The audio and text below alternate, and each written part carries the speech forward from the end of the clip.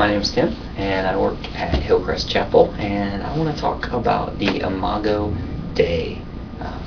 The Imago Dei is Latin for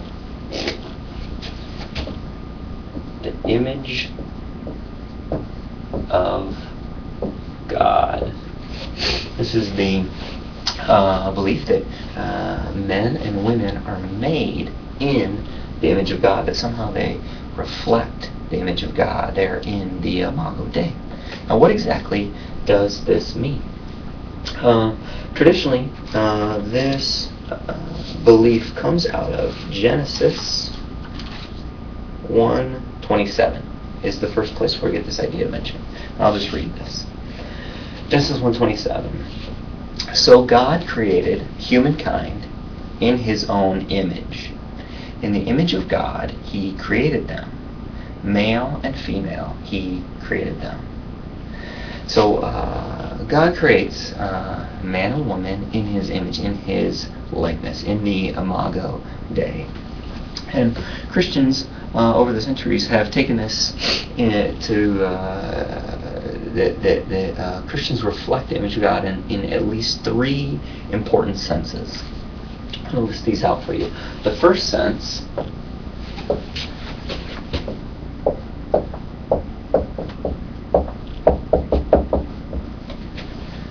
is what you might call substantive. That the humans in their substance, in their makeup, reflect the image of God, reflect who God is.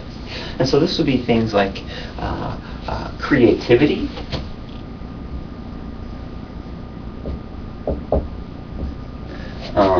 that's supposed to be the light bulb. Creativity, intelligence, that's a brain, and morality or ethics, and there's our heart. So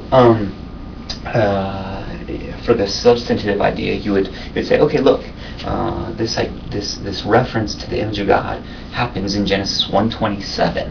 So let's look at what came before that, the first 26 verses of Genesis, to understand what the image of God means. And when you look at what God was doing in those first 26 verses of the book of Genesis, you see him exercising intelligence, exercising creativity, and doing this in a way that is morally good, forming this new creation. That men and women in their substance and their makeup are the image of God because they have these same essences in them.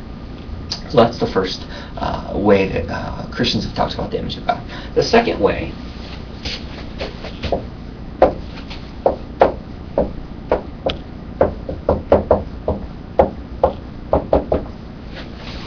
is relationship. The Christians have said humans are made in the image of God in their capacity for relationship. Christians understand God not to be just some single monolithic entity, but that God is triune, that God is community. The Father, Son, the Spirit. It is a self-giving community. And that so that in God's very nature, relationship is part of who God is. It is a irreducible part. Community relationship is an irreducible part of who God is. And so for humankind to be made in God's image means that capacity for relationship is part of who they are. And so we see in Genesis 1:27, God created humankind in his own image. In the image of God, he created them male and female. He created them. That even in this first verse, you get this. It's not just he created human, but he created man and woman. He created these two beings who are different and yet made to be in relationship with one another. So that in our capacity for relationship,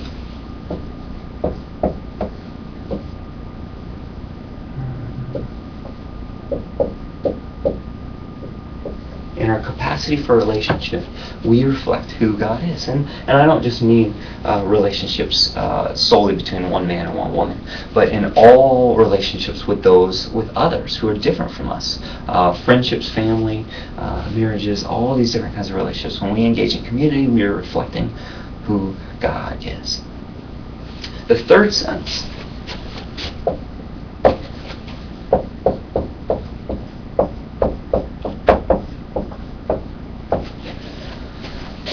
The third way that humans reflect who God is, the Imago Dei, is in the functional sense. That humans represent, we function as God's representatives, as princes and princesses under the great King here on earth. That we function instead. So, God creates man and woman, and He sets them in the garden to care and protect it, to garden it, to steward it. That He gives them a function to do, a responsibility, and that man and woman are to represent God's reign and rule in this creation. It's interesting, in the ancient Near East, when someone in the ancient Near East is building a temple. You'd construct a temple. You build your walls. Build your walls of the temple. Of course, you got to have your roof of the temple. Probably you'd start with the foundation of the temple. You get this whole temple built, and the last thing that you would put in the temple. The last thing that you'd put in the temple would be the image of the God. That's the last thing. That's how you complete the temple. You put the image of the idol of the God in the center of the temple, and then that image or idol of the God represents or reflects the character of God in the temple. And so in Genesis 1 and 2, we see the God of the universe create. He creates everything. He creates the earth and all that's in it. And He puts animals and plants and trees in it.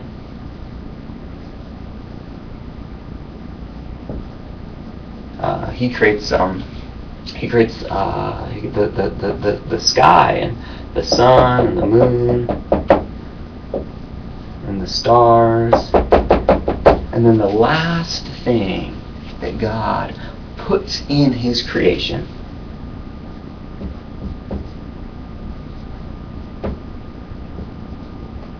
is man and woman, His image in the center of creation, to represent Him to creation, to reflect His character, His will to creation. And so, in this third sense, this functional sense, that we function as God's representatives here in His creation.